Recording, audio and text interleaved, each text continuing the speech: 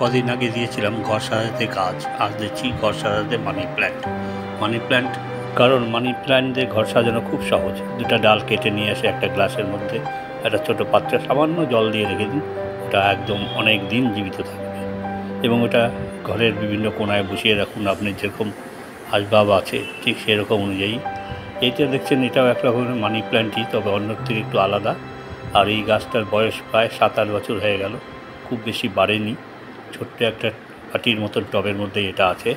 এটা ঘরের বিভিন্ন জায়গায় রেখে দেওয়া যায়। এটা সাধারণত এখানে আছে একটা সেন্টার টেবিলের উপরে। এটা সেন্টার টেবিলে বাদ দিয়ে অন্য যে কোনো আপনার ঘরের টেবিলে এখানটা পছন্দ মতন জায়গায় এটা বসিয়ে দিতে পারেন।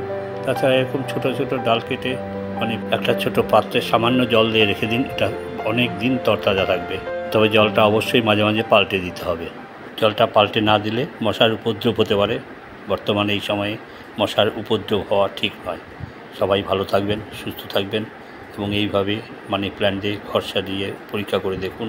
খুব সহজে এইগুলো ঘর সাজাতে সাহায্য করে। ছোটো ছোটো পাত্রে ঘরের বিভিন্ন জায়গায় দেখে দিতে পারবেন। নমস্কার।